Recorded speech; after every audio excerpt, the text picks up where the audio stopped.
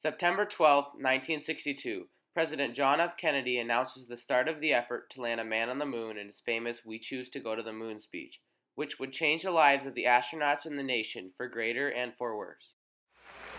We choose to go to the moon in this decade and do the other things, not because they are easy, but because they are hard. Because that goal will serve to organize and measure the best of our energies and skills. Because that challenge is one that we're willing to accept, one we are unwilling to postpone, and one we intend to win, and the others too. And America did just that a little less than 8 years later when two men touched down on the moon's surface in the Apollo 11 moon mission. But before the accomplishment of Apollo 11, America was not looking very stable. The Vietnam War was raging, with the country split down the middle on involvement. On top of that, racial tension, specifically between African Americans and Caucasians, was high due to the assassination of Martin Luther King Jr. the year before. Also, the Americans' Cold War rival, Russia, was surging ahead in what was known as the space race. Russia had put the first satellite into orbit and the first human into space. When President John F. Kennedy announced that by the end of the decade, America would land a man on the moon, America was back in the race. On July 16, 1969, people from all over the world watched with amazement as the Apollo 11 lunar module containing astronauts Neil Armstrong, Buzz Aldrin, and Michael Collins launched from Cape Kennedy. 2, 1, 0, all engine running. Liftoff. We have a liftoff. 32 minutes past the hour. Liftoff on Apollo 11. Oh, boy. Oh, boy, it looks good, Wally. 4 days later, approximately 600 million people watched on television as Armstrong placed his foot on the surface of the moon and stated his famous quote. I'm going to step off the limb. That's one small step for man, one giant leap for mankind. Americans rejoiced as the two men bounced around the lunar plane, collecting samples and generally giving an overview of how the moon looked from human eyes.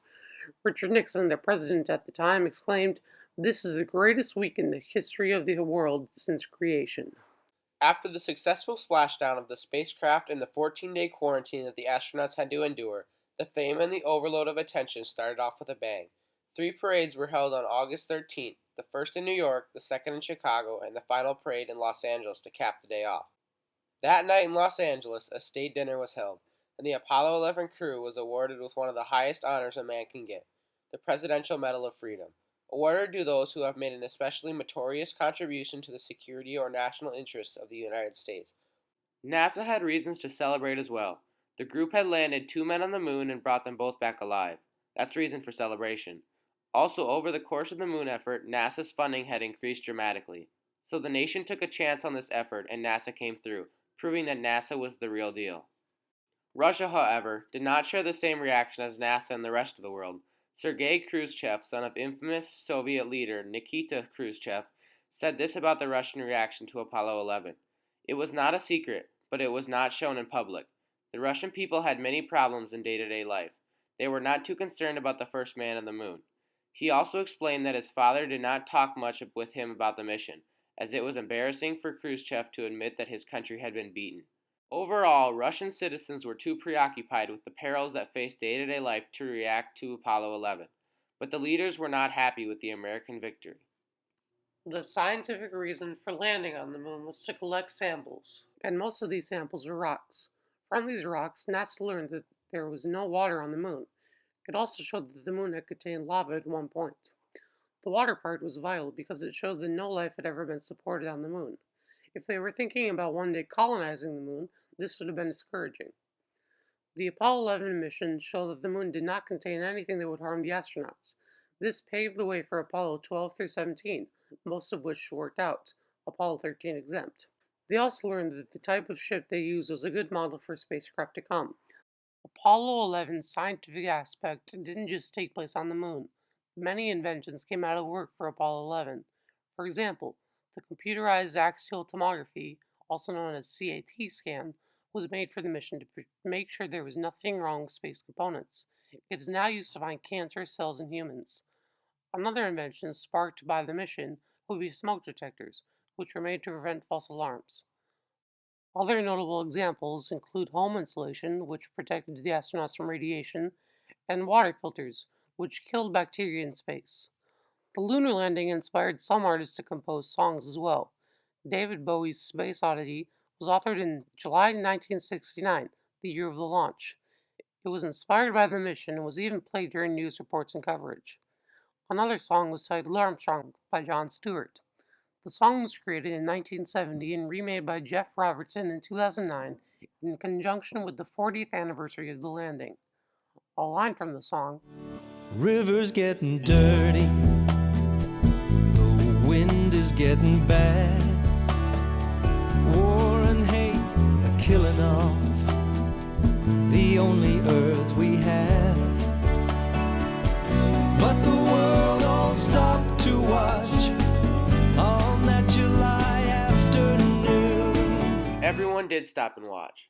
Everyone stopped and agreed on one thing, that the moon landing was truly amazing. Because as I look back over my 77 years of life, I've not seen any other technical achievement like it. I've never seen anything that big where it had all the public support, congressional support, and support by everybody.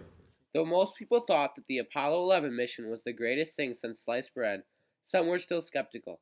When the crew placed the American flag on the moon, it had a permanent wave, making it appear as if there was a breeze on the moon, which there isn't supposed to be. But the crew couldn't get the telescoping rod to fully extend, so the flag was kept in a waving pattern. Another conspiracy was that no one actually landed on the moon, and the module was just placed on a movie set that looked like the moon. The reason for people saying this was due to the fact that there was no impact crater below the thruster after the crew landed. But the reason for this was that the crew pulled back on the throttle before the thruster had enough time to make a crater. NASA never responded to these conspiracies because most of them were way too far-fetched for NASA to waste their time. Now, something not as far-fetched was the point made that $24.5 billion that the Apollo program costed could have been spent on things more critically important. Some thought that just a portion of that could have been put to feeding the hungry and housing the homeless. But Congress was focused on beating Russia in the space race, and that is just what they did. Following the defeat of Russia in the space race, the mission had many repercussions for the astronauts. One astronaut in particular, though, Buzz Aldrin. After the Apollo 11 mission, Aldrin went back to the military in pursuit of a higher-ranking position. But when he got beat out for the position that he was striving for, Aldrin retired from the military 3 years after the moon mission. Following retiring, Buzz Aldrin couldn't find anything more satisfying than what he'd accomplished on the moon, so Aldrin turned to alcoholism. This later led him to become very depressed.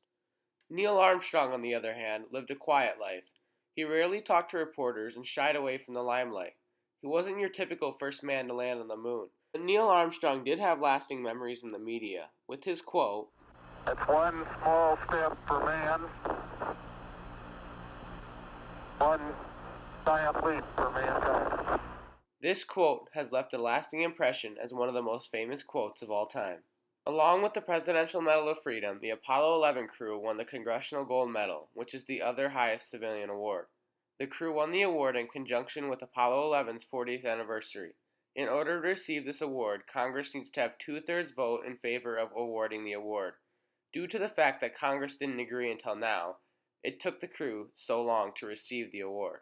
The Apollo 11 moon mission continues to inspire people today by showing that if you want to do something big, shoot for the moon. Joe Allen, a shuttle astronaut, said this: "If we can put a man on the moon, why can't we end world hunger, stop fighting wars, and cure cancer?" The mission makes people realize that anything is possible if you follow through. This is ground control to Major Tom.